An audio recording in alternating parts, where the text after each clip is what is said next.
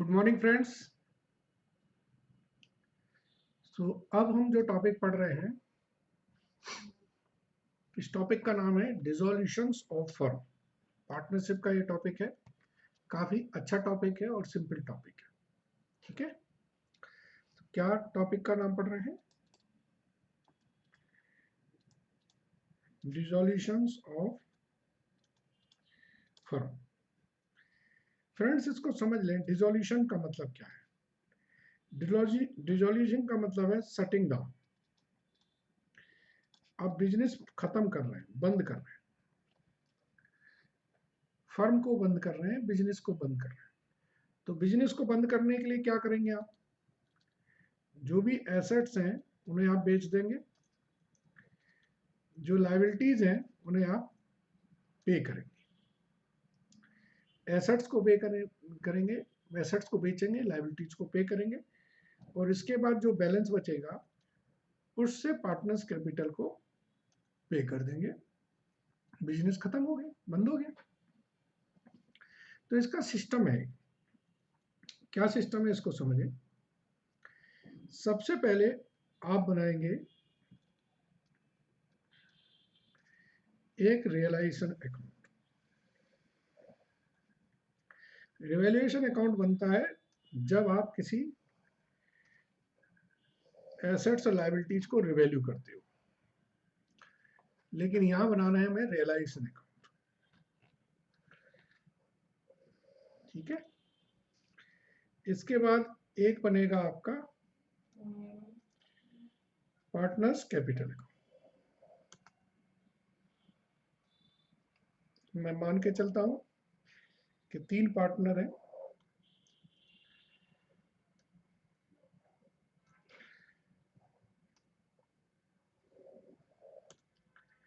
ठीक है, और एक बनेगा आपका cash and bank account.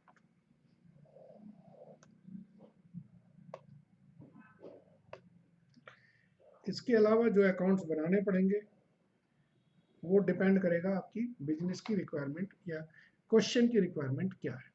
But ये 3 अकाउंट मोस्टली हर डिसोल्यूशन में आप बनाएंगे। ठीक है, अब आप पूरी बैलेंस शीट, सपोज कर लीजिए मैं यहाँ पर एक डेमो टाइप की बैलेंस शीट बना लेता हूँ।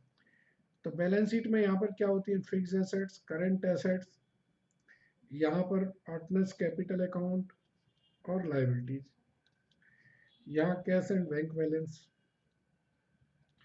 एक इस तरीके से बैलेंस शीट होती है। तो आपने क्या करना है? पहला स्टेप, पूरी बैलेंस शीट ट्रांसफर करनी है।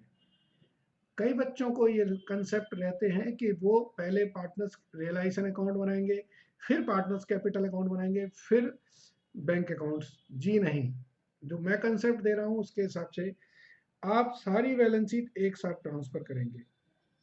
तो एसेट्स, जितनी भी एसेट्स हैं सब आप यहाँ पर ट्रांसफर कर दें। ठीक है जी। डेबिट बैलेंस जो कैश और बैंक का है वो कैश एंड बैंक में ओपनिंग बैलेंस आ जाएगा।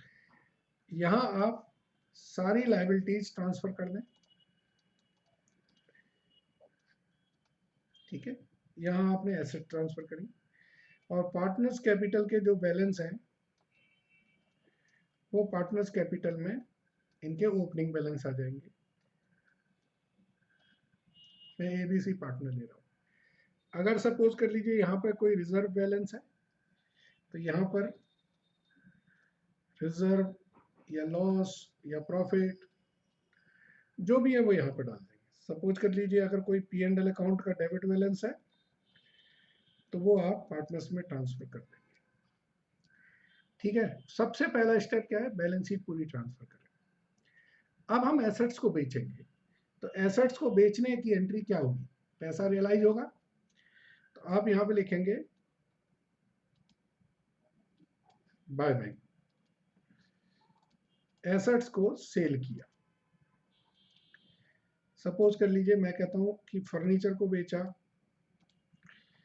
तो मुझे इतना पैसा मिला। डेटर से मुझे ये मिला, यहाँ पर सारी एसेट्स आ जाएंगी, ऐसी भी एसेट्स, सपोज कर लीजिए कोई अनरिकॉर्डेड एसेट्स है और वो कुछ पैसे रियलाइज कर रही है तो उसको भी लिख देंगे। तो सारे एसेट्स का पेमेंट ये लिख दिया। और ये एंट्री हमारी यहाँ पर आ जाएगी बैंक अकाउंट में। ठीक है, किस नाम से? टू रियलाइजेशन एसेट्स को सेल करने से। इसके बाद अगर सपोज कर लीजिए कोई एसेट्स पार्टनर लेके जा रहा है तो एंट्री क्या करेंगे? पार्टनर्स कैपिटल अकाउंट, जिस प्राइस पे वो लेके जा रहा है। तो यहां पर पार्टनर्स में क्या जाएगा? टू रियलाइजेशन, जो एसेट्स उसने ली है। इसी तरीके से हम लायबिलिटीज को पे करेंगे।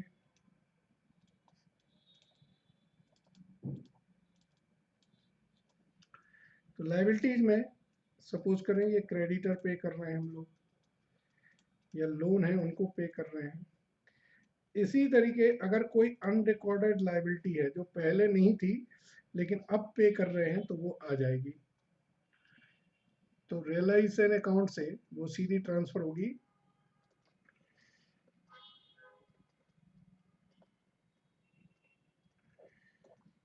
बैंक अकाउंट में। अगर किसी पार्टनर ने कोई लायबिलिटी टेक कर ली है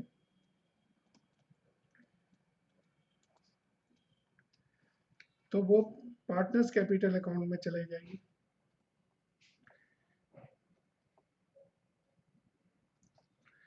ये मैं बेसिक कंसेप्ट दे रहा हूं, एडिशनल पॉइंट आपके डिपेंड करेंगे क्वेश्चंस पर, तो वो क्वेश्चन से ही हम लोग बना लेंगे। बेसिक कंसेप्ट है, ठीक है। अब अगर जो रियलाइजेशन के एक्सपेंसेस हैं अगर मैंने पे किए हैं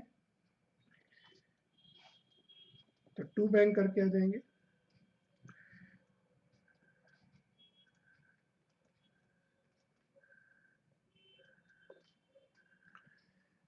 तो बाय रियलाइजेशन एक्सपेंसेस पे कर दिए मैंने। इसके बाद रियलाइजेशन अकाउंट का बैलेंस निकालें। अगर प्रॉफिट है तो यहाँ आएगा प्रॉफिट, और अगर लॉस है तो यहाँ लॉस आएगी। मैं ये मान के चलता हूँ कि लॉस हो रही है तो लॉस ट्रांसफर हो जाएगी इनकी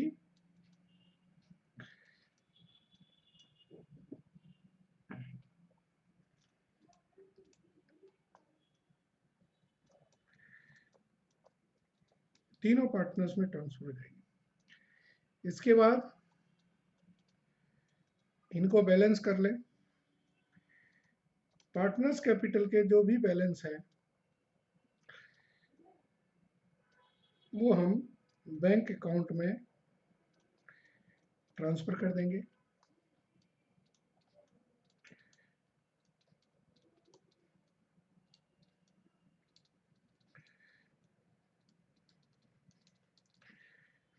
और आखिर में आपका ये टैली हो जाएगा, बैंक अकाउंट आपका टैली हो जाएगा। तो ये बहुत बेसिक कंसेप्ट है डिसोल्यूशन का। अब इसमें कुछ एडिशनल पॉइंट है उनको समझ लें।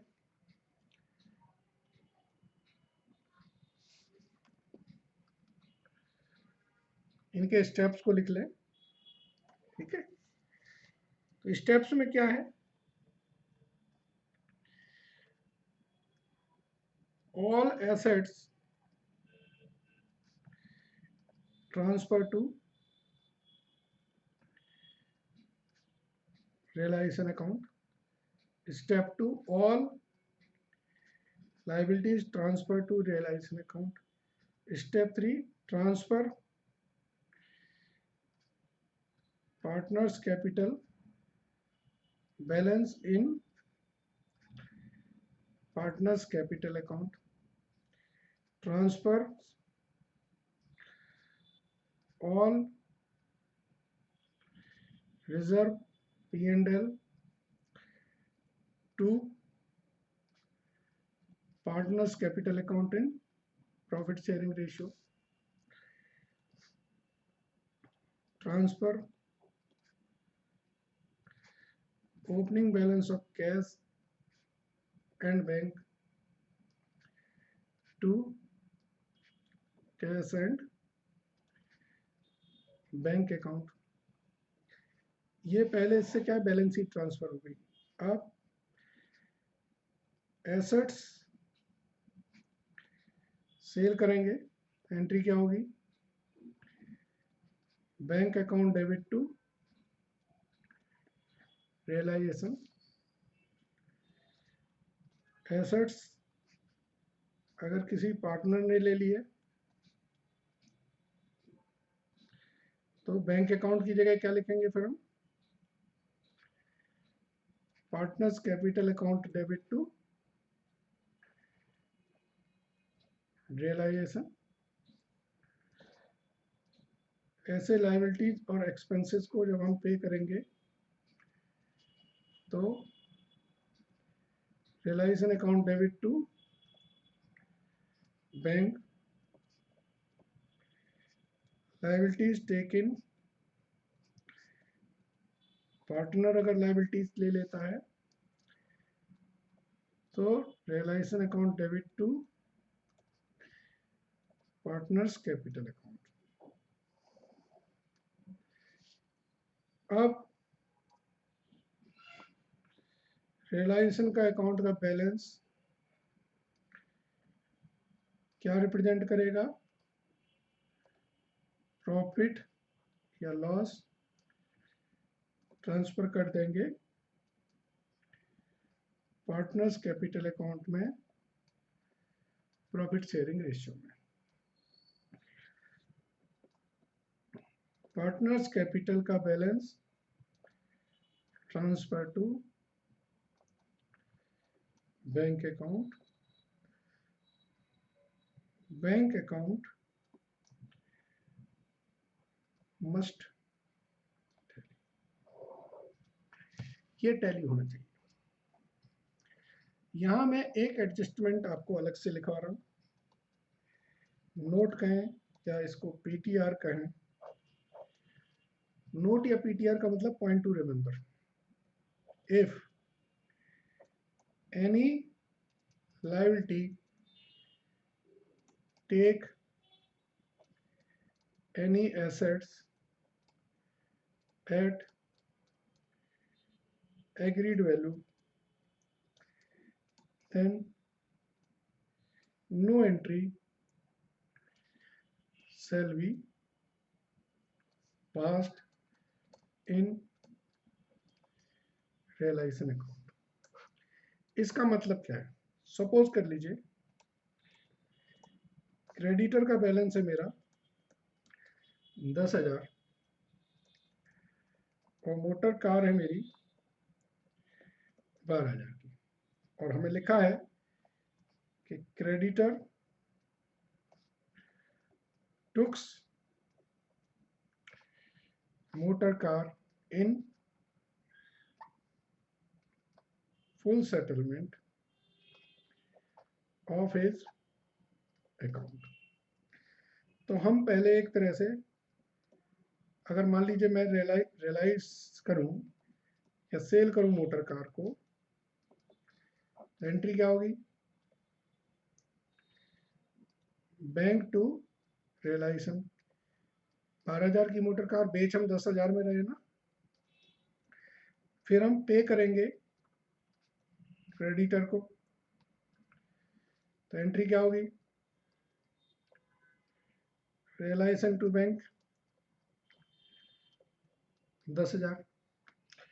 तो अगर गौर से देखें ये चारों एंट्री आपस में कट रही है, इसीलिए जब भी ऐसा ट्रांजैक्शन हो तो इसका कंसेप्ट है नो एंट्री, कोई एंट्री नहीं करनी है।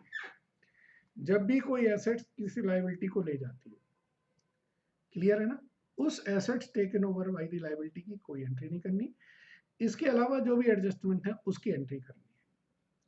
सो फ्रेंड्स, ये डिसोल्यूशन के बेसिक कंसेप्ट हैं जो मैंने आपको बताए। अब इसके अलावा और भी जो एडिशन कंसेप्ट हैं वो पढ़ाए जाएंगे। चलिए, होप आपको समझ आया होगा। Thank you.